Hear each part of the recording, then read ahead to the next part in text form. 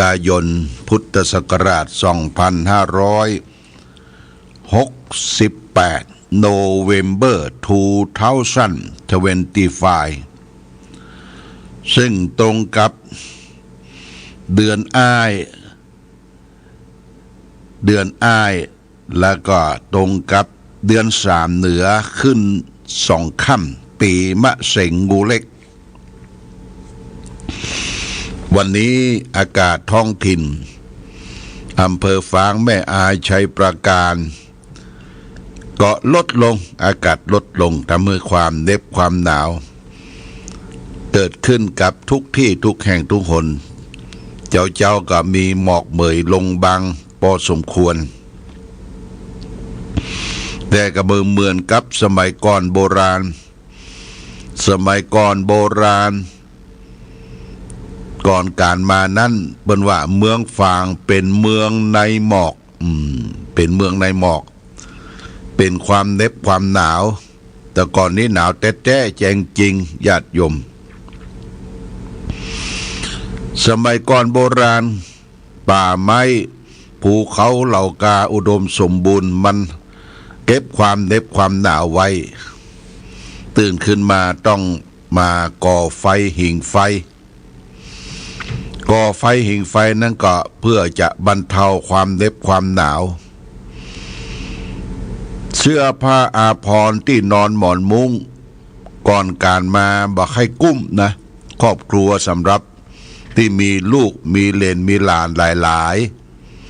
ๆพ่อแม่หรือพี่อ้ายตายหัวก็เสียสละให้น้องๆลูกเหลนหลานได้นอนอบอุ่น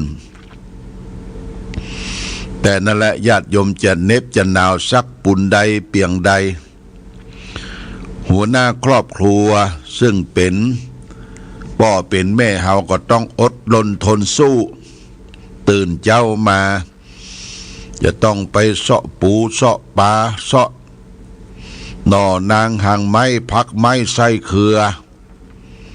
เพื่อจะได้นำมาจุนเจือเลี้ยงครอบครัวแบบธรรมชาติแต่ก่อนนี้ของกินของว่าอยู่ไปตามธรรมชาติตามหัวตามหาวสิ่งที่เกิดขึ้นมาเป็นธรรมชาติหรือจะปลูกจะฝังไว้จะเหน็บจะหนาวสักบุญใดเปียงใดก็ต้องออกทำงานเพื่อครอบครัวลูกหลานจะได้อยู่สุขสบายอันนี้เป็นหน้าที่ของแต่ละท่านแต่ละคนนอกจากมันหน้าที่แห่งอย่างหนึ่งก็คือพ่อค้าแม่ขายโอ้เปิ้นประดับตีนอนดีตอนกลางคืนก็เตรียมพักไม้ไส้เครือของไอยังตี้จะเอาไปขึ้นไปขายแป้งขนมข้าวต้มข้าวนมปาดข้าวนมยังหลายๆอย่างข้าวเมาก็มีนะ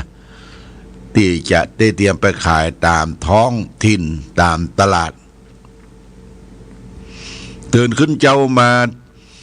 ตี3ตี4ไปละญาติโยมไปนั่งกาดเหมยสลุ่มไว้ไปเหมยวะนะแล้วก็ควายมาขายเสี่ยงพ่องบ่เสี่ยงพ่องต้องปิกมาหาเปียดหาบุงหาหยังปิกมาอันนี้เฮามาย้อนยุคสมัยก่อนโบราณคนเฮานี่ทำเวียกทำการแล้วก็ดูสรีระร่างกายของคนโบราณมันแก่เว้ยญาติโยมแต่ก่อนนี่มันแก่เว้ยผมก็จากดำกว่าขาวตาที่เคยยาวก็กลับสั้นเขี้ยวที่เคยมันก็กลับพรหนังเตยกิ่งเคยตึงก็ย่อนยานไปตามกาลและเวลาคนอายุ50-60เนี่ยแก่เว้ยเพราะตรากตำทำงานญาติโยมนะตรากตำทำงานเอามานึกถึงขี้เก่าขี้หลังก่อนโบราณก็ต้องยกมือสารกราบไหว้คุณพ่อคุณแม่บุญบารมีของครูบาอาจารย์ ที่ได้สร้างคุณประโยชน์วางรากฐานของชีวิตนี่ลูกคือหลานได้สืบสานมาจนถึงปัจจุบันเพราะฉะนั้นลูกหลานที่สืบสานมาถึงปัจจุบันนี่กันนะญาติโยมนะควรที่จะรักษาจารีตประเพณีฮีดหอยของพ่อของแม่ไว้เขาจะไปเอาระบบระเบียบสมัยใหม่มาอยู่กับบ้านกับจองปลุกของมดบางคนบ่สนใจนะญาติโยมนะบ่สนใจกับความเป็นอยู่ของคนโบราณยกตัวอย่างเช่นง่ายๆที่เขาจะต้องสืบสานคือรูปนะรูปภาพรูปถ่ายของพ่อของแม่เนี่ยญาติโยมนะควรที่จะเอามาล้างมาเช็ดมาถูและใส่กรอบไว้อย่างดีลูกหลานเลนได้หูได้ทราบว่านี่เป็นลูกของพ่ออุ้ยลูกของแม่อุ้ยลูกของพ่อของแม่วันนั้นอาตมาภาพได้ไปหันรูปเก่ารูปหนึ่งคือรูปตอมที่เป็นลูกแก้วญาติโยมเป็นลูกแก้วอยู่ที่วัดศรีบุญเรืองแม่ห้างปี2000พุทธศักราช2509นะอาตมาบวชเป็นเนน509เบิ้นมีแห่ลูกแก้วขึ้นขี่คอบวช2 รูป 2 ตนหนึ่งก็คือตายไปแล้วคือชื่อว่านายพัดสายคำนายพัดสายคำนี่ได้สิ้นกรรมสิ้นบุญตายไปแล้วเพราะว่าได้สึกขาราเพศไปตากตำทำงานนักก็ถึงแก่ความตายไปเอามาพอรูปเก่าๆได้โอ้รูปของพ่ออุ้ยแม่อุ้ยรูปของอาวรูปของคนตีกองตีมองสมัยนั้นเมื่อบวช509เนี่ยญาติโยมนะมีซอเนอะมีซอคือป้อจันติบบ้านสำหลังจอมตองซอกับแม่บัวซอนเมืองเป้าโอ้แม่บัวซอนเมืองเป้าตอนนั้นก็คงจะเป็นสาวประมาณอายุสักสาวปลายเนี่ยป้อจันติบบ้านสำหลังจอมตองนี่เปิ้นซอญาติเปิ้นมีมาอยู่ที่บ้านแม่ห้างหลายท่านนามสกุลเรียนรักเรานามสกุลเดิมชื่อเรียนรักเราเรียนรักเรานี่ก็น้องชายที่มาเป็นน้องชายหลวงพ่อนี่ก็คือนายไรเรียนรักเราก็ถึงแก่ชีวิตสิ้นกรรมไปแล้วนะเพราะฉะนั้นได้สืบสานมาตั้งแต่โบราณกาลเขามองภาพเก่าขี้หลังเนี่ยญาติโยมมันปลื้มปิติว่าโอ้สมัยก่อนที่จะมาบวชเป็นพระเป็นเนนไม่ใช่บวชมกอย่างสมัยนี้เปิ้นแห่ลูกแก้วเด้อต่อก่อนนะโอ้โธ่แห่ลูกแก้วสมัยก่อนนั้นป้อออกก็คือป้อหมื่นวัยเจริญป้อหมื่นวัยเจริญบ้านแม่ห้างป้อหมื่นแม่คำวัยเจริญอันนี้เป็นข้าบดีเป็นลูกหลานของป้ออุ้ยหมาวัยเจริญบ้านแม่ห้างจะเป็กตุบวชพระก็แต่ก่อนนี้เปิ้นจะต้องไปหาป้อออกไม่ออก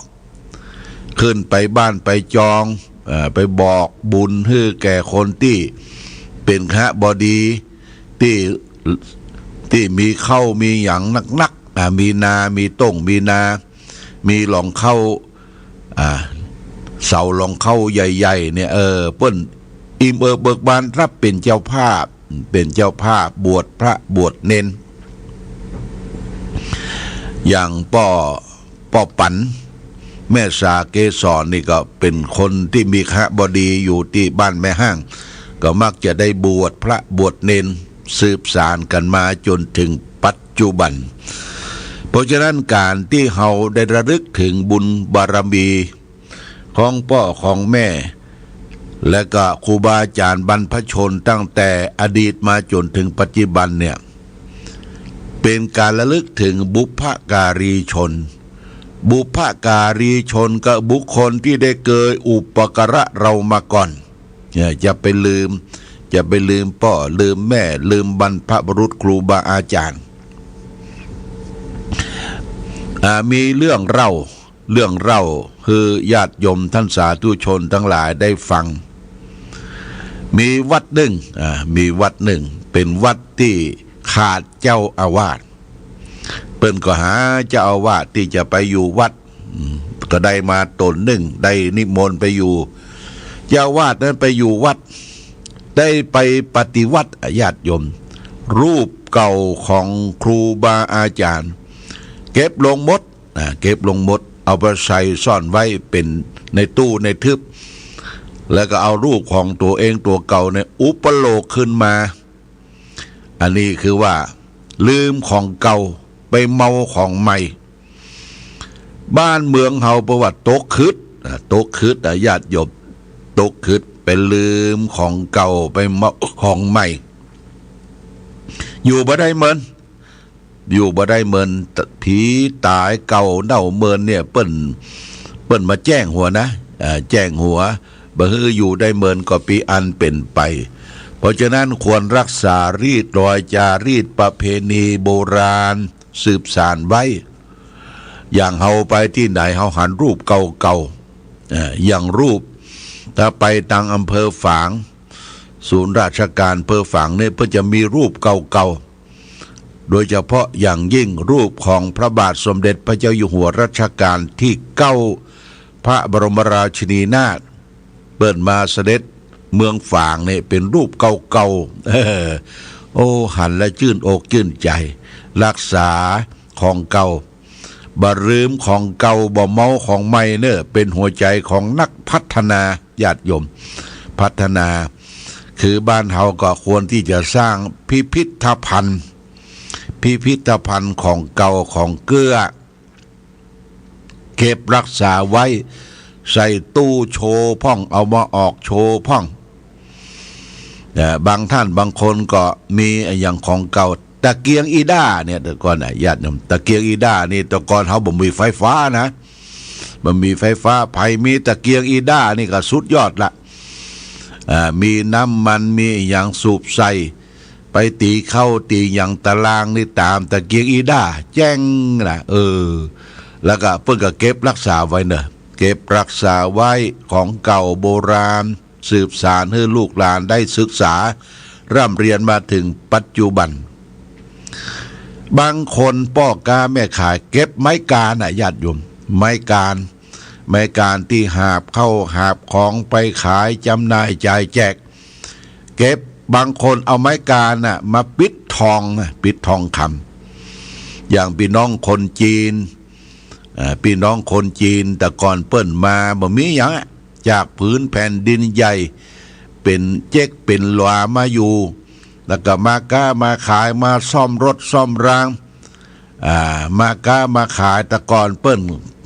ขายน้ำก็มีญาติโยมนะในกรุงเทพเนี่ยหาบน้ำขายการไฟฟ้าการน้ำต่างๆแต่ก่อนมันบ่เจริญบ่มีน้ำก๊อกน้ำหาบน้ำไปขายให้ร้านค้าต่างๆจนร่ำจนรวยโรยมาก็บ่ลืมหาบบ่ลืมไม้การเอาไม้การมาปิดทองคำคือลูกคือหลานได้ศึกษาร่ำเรียนว่าโอ้ไม้การเนี่ยมันเป็นไม้ที่มีประโยชน์ไม้การไม้หาบญาติโยมเปียดบุงนี่เก็บไว้เปียดบุงของตั้งหลายตั้งปวงนี่ถ้าเฮาเป็นนักพัฒนาในญาติโยมจะไปลืมของเก่าจะไปเมาของใหม่เก็บรักษาไว้คือลูกคือหลานได้สืบสานนะเอาเก็บไว้ในตู้โชว์พ่องอย่างพ่องหรือเอาโชว์ตั้งไว้อย่างของเก่านะมันมีก้าญาติโยมมีก้าอย่างพระพุทธรูปนี่นะพระพุทธรูปสมัยศิลปะเจียงแสนสมัยศิลปะฝางผ้าฝางนี่เป็นผ้าที่มีฐานสูงแล้วก็เป็นพระพุทธรูปที่มีคุณค่านะองค์เล็กๆน้อยๆเนี่ยนะสืบสานมาจนถึงปัจจุบันญาติโยมนะอันนี้ฝากไว้ใครได้ยินได้เสียงนี้ก็ได้จดได้จำว่าจะไปทิ้งของเก่าเนอะจะไปทิ้งของเก่าจะไปเมาของใหม่หัวใจนักพัฒนา วันนี้วันเสาร์ญาติโยมวันเสาร์นี้ทุกวันเสาร์เขาก็ขึ้นวัดขึ้นสำนักปฏิบัติธรรมสำนักปฏิบัติธรรมที่อำเภอฝางเขานี่มีอยู่2 ที่หนึ่งแหล่งที่21นี่อยู่ที่วัดพระพุทธบาทอุดมที่2แหล่งที่2คือแหล่งที่13อยู่ที่วัดศรีมุนเรืองโดยการนำของท่านพระครูศรีสิทธิพิมลด็อกเตอร์เป็นผู้นำก็เฮามีโอกาสเปิ้นจะนัดแนะกันทำกิจกรรมไหว้พระสวดมนต์อย่างใดเฮาก็ไปตามวันที่24นี่เปิ้นก็ได้อาราธนาวันที่24เนี่ยอาราธนาให้เจ้าสำนักปฏิบัติธรรมเนี่ยไปร่วมกันเจริญพระพุทธมนต์อริยมรรคณที่วัดลำเปิงตะโปธารามเนี่ยวัดลำเปิงตะโปธารามนี่ก็อยู่ใกล้ๆกับสนามบินเชียงใหม่เป็นวัดที่สำนักที่สำคัญแต่ก่อนเป็นที่เผยแพร่ธรรมสมัยลุงปู่ทองสมัยก่อนการมาวัดลำเปิงเนี่ยเป็นสำนักปฏิบัติวันที่24อาตมาก็จะได้เดินทางไปร่วมปฏิบัติธรรมไปร่วมเจริญอริยมรรคสำนักปฏิบัติธรรมโดยสำนักงานพุทธศาสนาจังหวัดเชียงใหม่ได้นิมนต์ไปร่วมกันทุกสำนักเรียนทุกสำนักปฏิบัติธรรมวันนี้ก็มาร่วมกันที่วันเสาร์นะทุกวันเสาร์จะมีมากมีนักมีน้อย4-5 คนก็ปฏิบัติธรรมกันอาตมาก็พยายามอย่างยิ่งญาติโยมนะทุกวันเสาร์ในพยายามอยู่วัดก่อนนำไหว้พระเจริญสวดมนต์แปรเจริญสมาธิภาวนาและทุกวันเสาร์ในช่วงนี้ก็เป็นการไว้อาลัยในการจากไปของ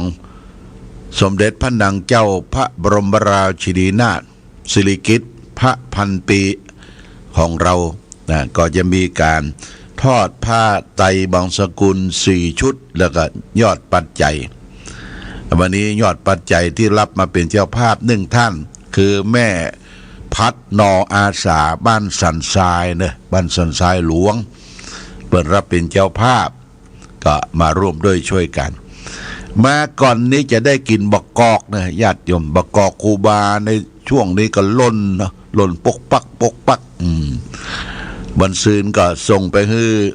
พ่อบุญธรรมสั่งคำฟั่นบ้านปงหนองเวียงป่าเป้าบอกว่าได้รับละหลวงพ่อบะกอกครูบาแหมส่วนหนึ่งคุณกนกพิษชัยนาก็เก็บรวบรวมไว้จะได้ไปแจกผู้เฒ่าผู้แก่พ่อแม่ศรัทธาที่ปุ้นที่แม่วางที่จอมตองที่วัดของพระครูอภิวัตวัฒนวิคมโดยล่อจะได้นำไปแจกคนแก่นเอาไว้อมเป็นสิริมงคลบกครูบาที่อำเภอฝางครูบาอย่างครูบาเจ้าศรีวิจัยนะบกครูบาเพราะฉะนั้นก็อูจากับญาติโยมได้หลายๆเรื่องที่นำมาสาธยายขยายคือความรู้ฝากหลักธรรมะคือเขาท่านทั้งหลายได้รับทราบรับฟังวันนี้ฝากธรรมะคือญาติโยมท่านสาธุชนเรื่องของความระงับความสุขความสงบพระพุทธเจ้าตรัสไว้ในพระไตรปิฎกสังยุตตนิกายสกัตตวรรคพระไตรปิฎกเล่มที่15หน้า312พระพุทธเจ้าได้ตรัสว่าอุปสันโตสุขังเสติอุปสันโตสุขังเสติผู้สงบระงับย่อมอยู่เป็นสุขญาติโยมนะอย่าไปวุ่นวายกับโลกสมัยใหม่นักลำไปสงบกายสงบใจสงบกิเลสนี่แล้วว่ามีความสุขญาติโยมความสุขเกิดจากความสงบนี่บ่มีเพราะที่ไหนถ้ากายเฮาสงบวาจาเฮาสงบใจเฮาสงบ เรียกว่าเราจะมีความสุขสมัยก่อนโบราณ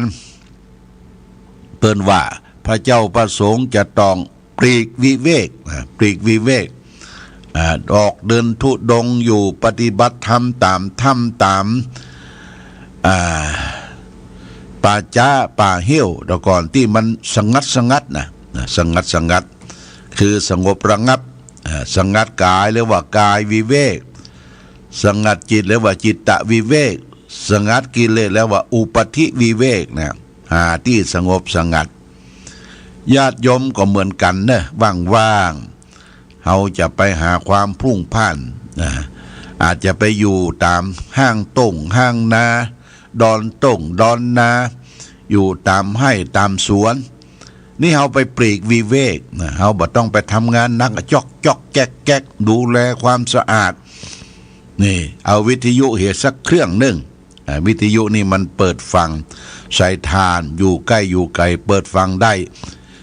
100.25 วิทยุของชุมชนคณะสงฆ์อำเภอฝาง